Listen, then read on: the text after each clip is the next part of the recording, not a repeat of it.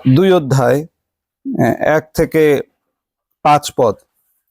জন লিখিত সুসমাচার তার 2 অধ্যায় 1 থেকে 5 পদ। আমাদের সকলেরই এটি সুপরিচিত একটা অংশ, বহুবার আমরা এ বিষয়ে শুনেছি, পাঠ করেছি, ধ্যান করেছি। আমি সকলের জন্য পাঠ করে দিচ্ছি।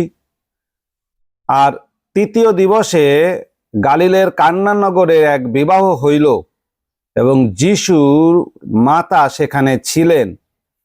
আর সেই বিবাহে যিশুর ও তাহার শিষ্যগণের নিমন্ত্রণ হইয়াছিল। পরে দ্রাক্ষারসের অকুলান হইলেন। যিশুর মাতা তাহাকে কহিলেন, উহাদের দ্রাক্ষারস নাই। যিশু তাহাকে বলিলেন, হে নারী, আমার সঙ্গে তোমার বিষয় কি? আমার সময় এখনো উপস্থিত হয় নাই। তার মাতা পরিচারক দিগকে কহিলেন, ইনি তোমাদিগকে যাহা কিছু বলেন তাহাই করো। ঈশ্বর তার নিজ বাক্যে আমাদিগকে আশীর্বাদ যুক্ত করুন। আসুন আমরা বাক্যের নিগুড়তত্ত্ব বোঝার জন্য প্রার্থনা করি। চিরমঙ্গলময় স্বর্গের পিতা, তোমাকে ধন্যবাদ দেই যে সুন্দর একটি সকালে সুন্দর জীবন্ত বাক্য, আমাদের সুপরিচিত অংশ, যা যোহন লিখিত সুসমাচার তার 2 অধ্যায় 1 থেকে 5 পদে আমরা পেয়েছি। পিতা, এই বাক্যের যে গভীরতা তা অত্যন্ত বিশাল। তুমি আমাদেরকে এই বাক্যের গভীরতা বুঝতে ও আমাদের প্রত্যেকের ব্যক্তিগত জীবনে প্রয়োগ করতে সাহায্য করো। এই সময় তোমার সেই পবিত্র আত্মাকে আহ্বান করি, তুমি আমার হৃদয়ে কথা বলো, আমার মধ্যে দিয়ে কথা বলো, যেন পিতা তোমার সন্তানেরা মনোযোগ সহকারে এই বাক্য শুনে তাদের জীবনে যেন প্রয়োগ করতে পারে। এই প্রার্থনা ত্রাণকর্তা নাসরতীয় যীশু খ্রিস্টের নামে দয়া করে শ্রবণ ও গ্রাহ্য করো, আমেন। আমরা যে অংশটি শ্রবণ করলাম বা পাঠ করলাম, এখানে দেখতে পাই যে যিশু তিনি একটি বিবাহ বাটিতে তিনি গিয়েছিলেন। ইসরায়েল জাতির সব থেকে জাঁকজমকপূর্ণ অনুষ্ঠান হলো পারিবারিক সামাজিক যে অনুষ্ঠান, ধর্মীয় না, সব থেকে জাঁকজমকপূর্ণ অনুষ্ঠান হলো এই বিবাহ অনুষ্ঠান। বাইবেলে নতুন নিয়মে আপনারা প্রায় 12 বারের অধিক দেখবেন বিবাহের বিষয় রয়েছে। বিবাহটাকে তারা যথেষ্ট গুরুত্ব এবং প্রাধান্য দেয় এই ইসরায়েল জাতি।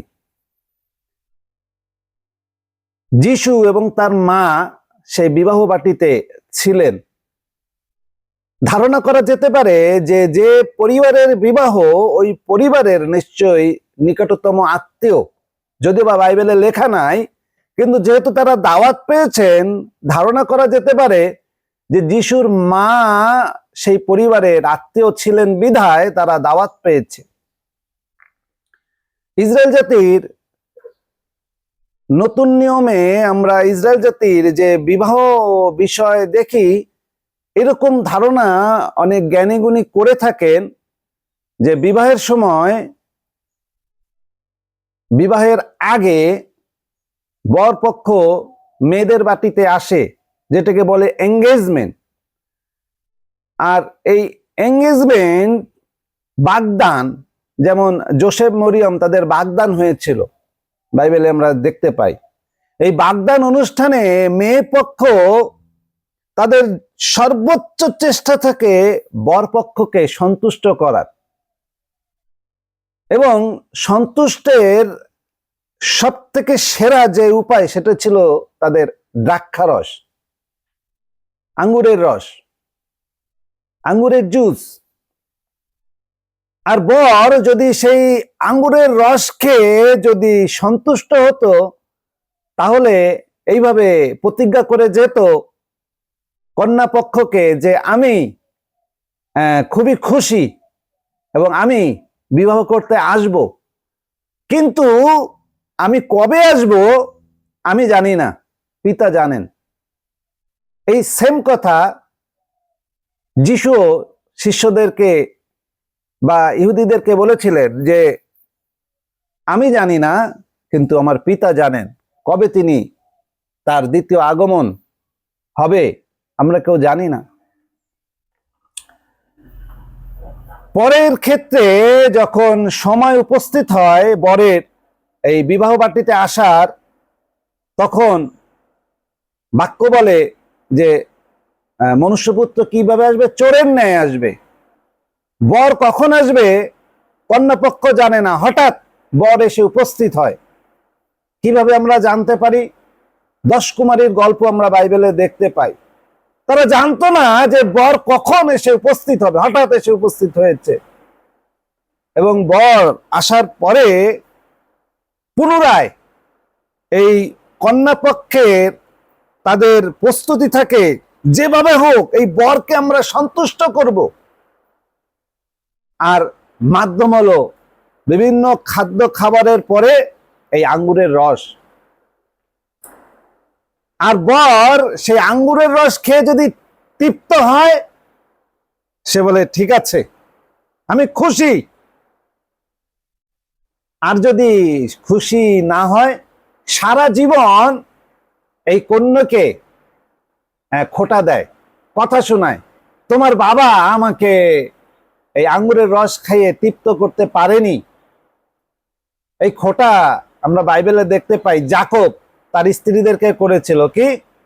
তোমার বাবা 10 বার আমার বেতন অন্যথা করেছে, আমাকে ঠকিয়েছে, আমি দাসের মতো আছি, আমার ভবিষ্যৎ কি? শ্বশুর ঠকিয়েছে। ঠিক একই রকম যখন বিবাহ বাটির যে গৃহকর্তা, সে যদি তার জামাতাকে খুশি করতে না পারে, সেই জামাতা তার মেয়েকে অর্থাৎ কন্যাকে এরকম কথা শোনায়। আর যদি এই বর সেই আঙ্গুরের রস খেয়ে তৃপ্ত হয়, তখন কি করে? ওই কন্যাকে দেয়, খাবার পরে দেয়।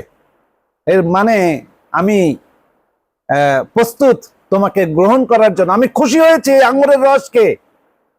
আর কন্যাও তখন তা গ্রহণ করে, অর্থাৎ তার স্বামীকে সে বর হিসেবে, তার মস্তকের কর্তা হিসেবে গ্রহণ করেছে। প্রভু যীশু খ্রিস্ট তার শেষ প্রভুর ভোজের সময় তিনি একই কাজ করলেন। তিনি আঙ্গুরের রস খেয়ে তারপরে কি করলেন? শিষ্যদেরকে দিলেন, এবং শিষ্যরা কি করলো? তা গ্রহণ করলো, অর্থাৎ যিশুকে তাদের ত্রাণকর্তা হিসেবে গ্রহণ করলেন। আমরা প্রকাশিত বাক্য তার 3 অধ্যায় 20 পদে দেখতে পাই, সেখানে লেখা রয়েছে, আমি দ্বারে কি করছি? আঘাত করছি, যদি কেউ দ্বার খুলে দেয়। যিশু দ্রাক্ষারস শিষ্যদেরকে দিলেন, আর শিষ্যরা তা কি করলো? গ্রহণ করলো। অর্থাৎ যিশুকে তারা অ্যাকসেপ্ট করলো তাদের মস্তক হিসেবে।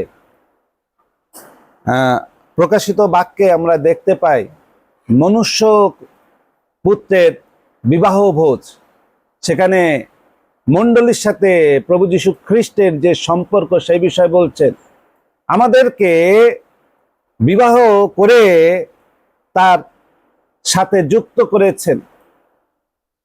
যাই হোক, আজকে আমরা যে অংশটি দেখতে পাই, যিশু একজন গেস্ট হিসেবে এই বিবাহ বাটিতে এসেছে, আর মরিয়ম তিনিও একজন গেস্ট, হয়তো সেই বিবাহের বাটির একজন নিকটতম আত্মীয় না হলে সেখানে আঙ্গুরের রসের সংকুলন হয়েছে, আর মরিয়ম ছুটে এসেছে কার কাছে? যিশুর কাছে। যে যিশু, এই বাড়িতে তো এই সমস্যা হয়েছে।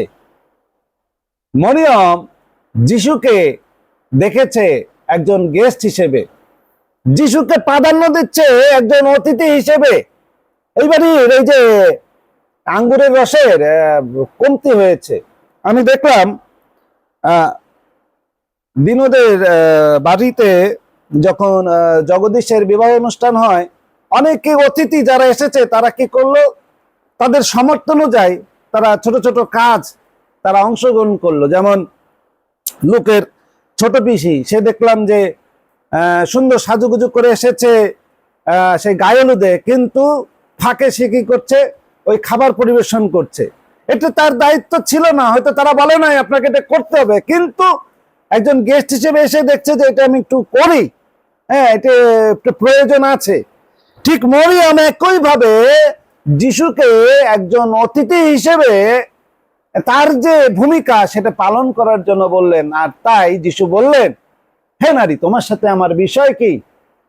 মরিয়ম যিশুকে একজন অতিথি হিসেবে সেই পরিবারের চিন্তা করছে, কিন্তু যিশু যে স্বয়ং ঈশ্বর, যিশু যে আমাদের সকলের কর্তা, এই হিসেবে মরিয়ম যিশুকে চিন্তা করেনি। পরক্ষণে যিশু যখন বলল, তোমার সাথে আমার বিষয় কি, আমার সময় এখন উপস্থিত হয়নি, তখন মরিয়ম উপলব্ধি করলো যে তার কোথাও কিঞ্চিত ভুল হয়েছে। পরক্ষণে মরিয়ম কি করলো? যারা দাসেরা ছিল, যারা চাকর ছিল, তাদেরকে মরিয়ম বলছে, উনি যেভাবে বলে তোমরা সেভাবে করো। তখন মরিয়ম যিশুকে কোথায় স্থান দিল? একটা পরিবারের ওই সময় অনেক দাস থাকতো, এবং দাসদেরকে যিনি অর্ডার করত, যিনি আদেশ নির্দেশ দিত, তিনি কে? সেই পরিবারের কর্তা। যিশুকে মরিয়ম পরবর্তীতে কোথায় স্থান দিল? ওই পরিবারের কর্তা হিসেবে। উনি কি বলে তোমরা তার কথা অনুযায়ী চলো, অর্থাৎ যিশুকে ওই বিবাহ বাটির কর্তা হিসেবে মরিয়ম স্থান দিল এবং দাসদেরকে বলল যে উনি যেভাবে বলে তোমরা সেইভাবে করো। আজকে আমরা বিশ্বাসীরা যিশুকে কোথায় স্থান দিচ্ছি? ওই মরিয়ম প্রথম যে বিষয়টি করলো, যিশুকে গেস্ট হিসেবে প্রাধান্য দিল। আমরাও একই রকম যিশুকে জানেন ওই অতিথি হিসেবে আমাদের জীবনে স্থান দেই। আমাদের সমস্যায়, আমাদের অভাবের সময়, আমাদের অসুস্থতায়, আমাদের পারিবারিক অশান্তির সময় যিশু আমাদের কোথায় থাকে? গেস্ট হিসেবে না কর্তা হিসেবে? অধিকাংশ ক্ষেত্রে আমি দেখলাম যিশু আমাদের গেস্ট হিসেবে আছে, কর্তা হিসেবে নয়। আর যার কারণে আমরা বছরের পর বছর অসুস্থ থাকি, সমস্যায় থাকি, পারিবারিক অশান্তির মধ্যে থাকি, বিভিন্ন ঝামেলায় জড়িত থাকি, কারণ আমাদের ওই সমস্যায় যিশু আমাদের গেস্ট হিসেবে আছে। তাকে আমরা কর্তা করতে পারিনি, তাকে আমরা সমস্ত কিছুর ঊর্ধ্বে প্রাধান্য দিতে পারিনি। আমার একজন খুব ঘনিষ্ঠ মানুষ, সে সমস্যায় পড়েছে। সে অর্থনৈতিক সমস্যায়, পারিবারিক অশান্তি এবং বেকারত্ব, এই তিনটি সমস্যায় জর্জরিত। আর এই তিনটি সমস্যায় জর্জরিত হয়ে সে প্রথমে চিন্তা করেছে একজন পাগল আছে, তার সাথে যোগাযোগ করলে হয়তো আমি কিছু সাহায্য পাবো। তাই আমার শরণাপন্ন হয়েছে, আমাকে ফোন করে বলছে আমার এই সমস্যা, পরিবারে এই অশান্তি এবং এই বেকারত্বের সমস্যা। আমি গভীরভাবে চিন্তা করলাম, আমার সেই নিকটতম লোকের জীবনে যিশু আসলে কোথায় আছে? আসলে তার জীবনে যিশু গেস্ট হিসেবে আছে। যিশুর কাছে ক্রন্দন না করে, যিশুকে তার কর্তা হিসেবে না করে, যিশুকে গেস্ট হিসেবে, অতিথি হিসেবে রেখে এর কাছে, ওর কাছে, তার কাছে সাহায্য চেয়ে বেড়াচ্ছে। হয়তো সহজে তার এই সমস্যার সমাধান হবে না, যত সময় না যিশুকে আমরা আমাদের কর্তা করতে পারছি, তত সময় আমাদের ব্যক্তিগত জীবনে, পারিবারিক জীবনে, মান্ডলিক জীবনে, সামাজিক জীবনে সমস্যার সমাধান হবে না। আজকে আমরা যিশুকে পাশে রাখছি, প্রাধান্য দিচ্ছি না। যে বিষয়টি বলতে চাই এখানেই যেন সীমাবদ্ধ থাকে বা এখানেই যেন শেষ হয়ে যায়। চার্চে প্রচারিত হলো মণ্ডলী বন্দা, মণ্ডলী মৃত, মণ্ডলীর নেতা তৈরি হওয়া দরকার, আত্মিক নেতা তৈরি হওয়া দরকার, বিভিন্ন শ্রেণীতে নেতা তৈরি হওয়া দরকার, যেন মণ্ডলী একটি শক্তিশালী মণ্ডলীতে পরিণত হয়। বারবার বক্তা এই বিষয়ে জোর দিল, বিভিন্ন অ্যাঙ্গেল থেকে জোর দিল। তারপরে সম্পাদক পালক তারা প্রশংসা করলো ঠিকই, কিন্তু পরক্ষণেই দেখলাম মন্ডলীর বেড়া, মন্ডলীর এই মন্ডলী সেই নিয়ে আবেদন করলো। কিন্তু আমি আশা করলাম যে আসুন না আমরা মন্ডলীর আত্মিক দিক থেকে কিভাবে বৃদ্ধি করা যায়, কিভাবে শক্তিশালী করা যায়, কিভাবে উদ্দীপনা সভা করা যায়, কিভাবে পারিবারিক সভাকে শক্তিশালী করা যায় সে বিষয়ে জোর দিই না, সে বিষয় শুনতে পেলাম না। কারণ আমরা যিশুকে গেস্ট হিসেবে রেখে আমরা চলা শুরু করেছি, যার কারণে আজকে আমাদের পারিবারিক জীবনে আমরা শক্তিশালী হচ্ছি না, মান্ডলিক জীবনে আমরা শক্তিশালী হচ্ছি না। যিশুকে আমাদের কর্তা করা খুবই দরকার।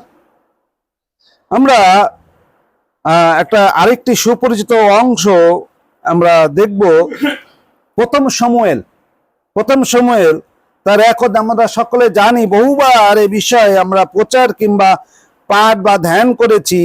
7 অধ্যায়ে আমি পাঠ করতে চাই, প্রথম সমুয়েল তার 1 অধ্যায় 7 পদ। সেখানে এইভাবে লেখা রয়েছে, বৎসর বৎসর যখন হান্না সদাপ্রভুর গৃহে যাইতেন তখন তাহার স্বামী এইরূপ করিতেন এবং পনিন্নাও ওই প্রকার তাহাকে বিরক্ত করিতেন, তাই তিনি ভোজন না করিয়া ক্রন্দন করিতেন। প্রতি বছর হান্না তিনি মন্দিরে গিয়ে প্রার্থনা করতেন। কেন?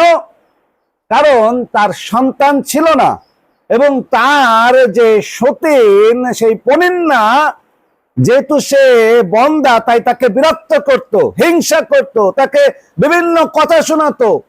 আর তাই হান্না দুঃখে কষ্টে জর্জরিত হয়ে বারবার প্রতি বছর মন্দিরে গিয়ে কি প্রার্থনা করত? প্রভু আমাকে একটা সন্তান দাও। কেন? ওই পনিন্না আমাকে ডিস্টার্ব করছে, ও হিংসা করছে, ওর সন্তান আছে আমার সন্তান নাই, এইভাবে প্রার্থনা করত। কিন্তু ঈশ্বর সেই প্রার্থনা শোনেননি। কারণ কি? সেখানে ঈশ্বর তার গেস্ট হিসেবে আছে, তার মস্তক হতে পারেনি।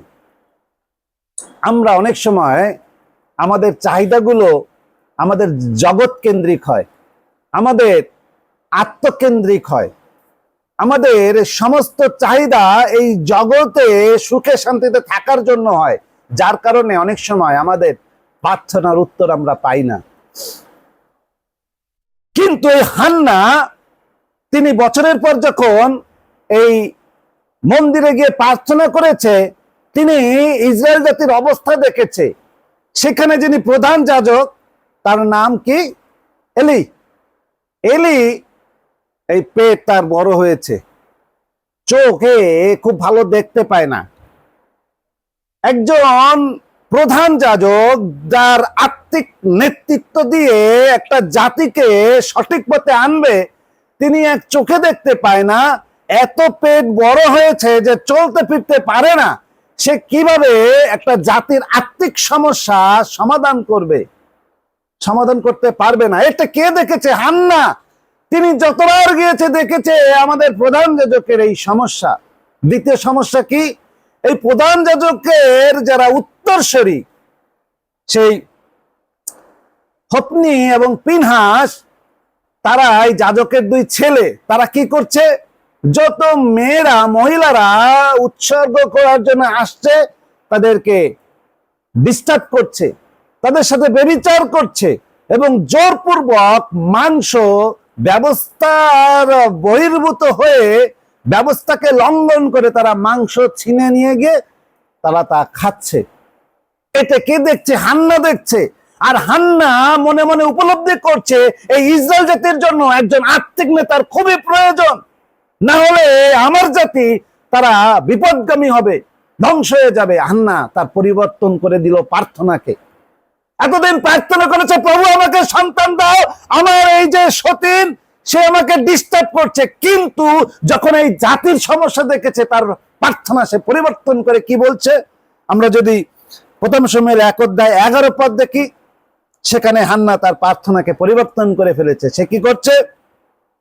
তিনি মানত করিয়া কহিলেন, হে বাহিনীগণের সদাপ্রভু, যদি তুমি তোমার এই দাসীর দুঃখের প্রতি দৃষ্টিপাত করো, আমাকে স্মরণ করো ও আপন দাসীকে ভুলিয়া না গিয়া আপন দাসীকে পুত্র সন্তান দাও, তবে আমি চিরদিনের জন্য তাকে সদাপ্রভুর উদ্দেশ্যে নিবেদন করিব। এতদিন সে সন্তান চেয়েছে, ছেলে হোক বা মেয়ে হোক, কিন্তু প্রার্থনার ধরন সে পরিবর্তন করে ছেলে সন্তান চাচ্ছে। কেন? কারণ যাজক হিসেবে ছেলে সন্তান খুবই প্রয়োজন। এই জাতির জন্য একজন যাজক দরকার, একজন আত্মিক নেতা দরকার। আর সে ঈশ্বরের কাছে প্রার্থনা করেছে, প্রভু আমাকে একটা ছেলে সন্তান দাও, আমি তা তোমাকে দিব, তোমার কাছে সমর্পণ করব, যেন সে একজন যাজক হতে পারে। যখন সে প্রার্থনার ধরন চেঞ্জ করেছে, সাথে সাথে 1 বছরের মধ্যে সমাধান এসেছে, ছেলে সন্তান পেয়েছে। আজকে আমরা কিভাবে প্রার্থনা করি?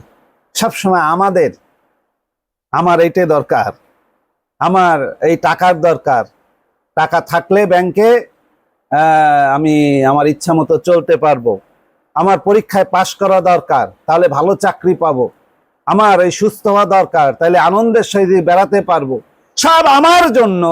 কিন্তু আমরা যখন আমাদের প্রার্থনার ধরন চেঞ্জ করে, প্রভু আমাকে টাকা দাও, সেই টাকা থাকলে আমি তোমার রাজ্যের জন্য সেই অর্থ আমি ব্যয় করব, প্রার্থনার ধরন যদি আমরা চেঞ্জ করে দেই, ঈশ্বর আশীর্বাদ করবে। প্রভু আমার সামনে পরীক্ষায় যদি আমি ভালো ফল অর্জন করতে পারি, আমি সেই শিক্ষাকে কাজে লাগিয়ে তোমার পরিচর্যার কাজে আমি নিজেকে নিয়োজিত করব।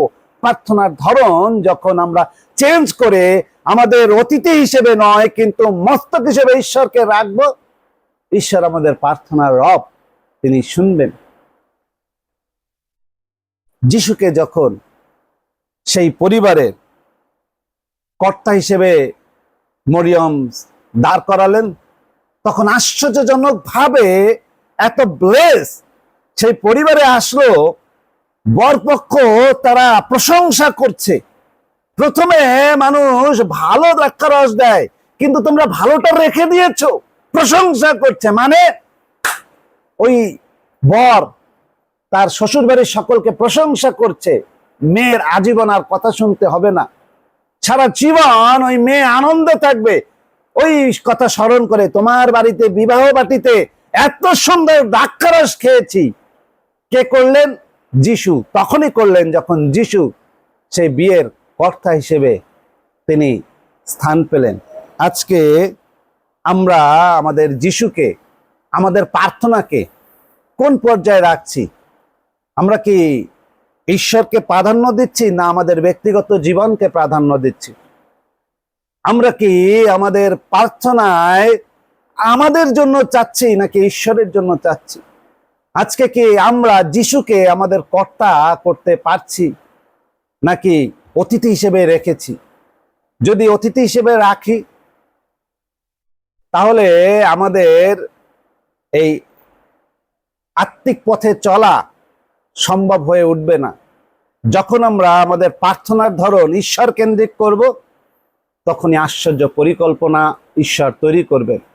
যখন হান্না প্রার্থনার ধরন চেঞ্জ করলো, ইসরায়েল জাতির পুরো গোটা জাতি তারা এক ছায়াতলে চলে আসলো। শমুয়েল আসলো, শমুয়েলের নেতৃত্বে ইসরায়েল জাতি একটি আলোর দিশা পেয়েছিল। এই শমুয়েলের মধ্য দিয়ে 2টি রাজার অভিষেক হয়েছিল। এই শমুয়েলের মধ্য দিয়ে অনেক বিচার বৈঠক, অনেক দিক নির্দেশনা ঈশ্বর দিয়েছেন। শমুয়েল একজন ইসরায়েল জাতির অন্যতম সেরা যাজকে পরিণত হয়েছেন যখন হান্না তার প্রার্থনা পরিবর্তন করেছে। আজকে আমাদের জীবনে আমরা কিভাবে প্রার্থনা করি, এটি খুবই গুরুত্বপূর্ণ। শেষ করব ছোট্ট একটি বাইবেলের পদ দিয়ে, যা লেখা রয়েছে কলসীয় তার 3 অধ্যায় 1 এবং 2 পদ। কলসীয় 3 অধ্যায় 1 এবং 2 পদ আমি সকলের জন্য পাঠ করে দিচ্ছি। অতএব তোমরা যখন খ্রিস্টের সহিত উত্থাপিত হইয়াছ, তখন সেই ঊর্ধ্বস্থানের বিষয় চেষ্টা করো, যেখানে খ্রিস্ট আছেন, ঈশ্বরের দক্ষিণে বসিয়া আছেন। ঊর্ধ্বস্থ বিষয় ভাবো, পৃথিবীস্থ বিষয় ভাবিও না। আসুন আমরা ঊর্ধ্বস্থ বিষয় সবসময় ভাবি। আমাদের জীবনের চলার গতিতে যত বাধা বিপত্তি সমস্যা প্রয়োজন আসুক না কেন, সেই বিষয়টা নিয়ে আমরা ঊর্ধ্বস্ত বিষয় ভাবি। প্রভু, আমার শরীরের অসুস্থতার কারণে আমি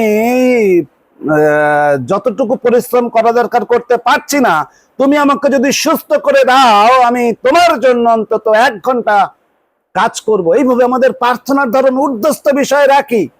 ঈশ্বর দেখবেন, আমাদেরকে শুধু আশীর্বাদ করবেন না, আমাদেরকে তিনি ব্যবহার করবেন। আজকে এই বাক্য শ্রবণের মধ্য দিয়ে ঈশ্বর আমাদেরকে প্রচুর পরিমাণে আশীর্বাদ দান করুন। আমেন। আসুন আমরা শেষ প্রার্থনা করি, তারপরে আমরা প্রভুর প্রার্থনা করব, তারপরে ইউজিন ভাই আশীর্বচন দিবে। চিরমঙ্গলময়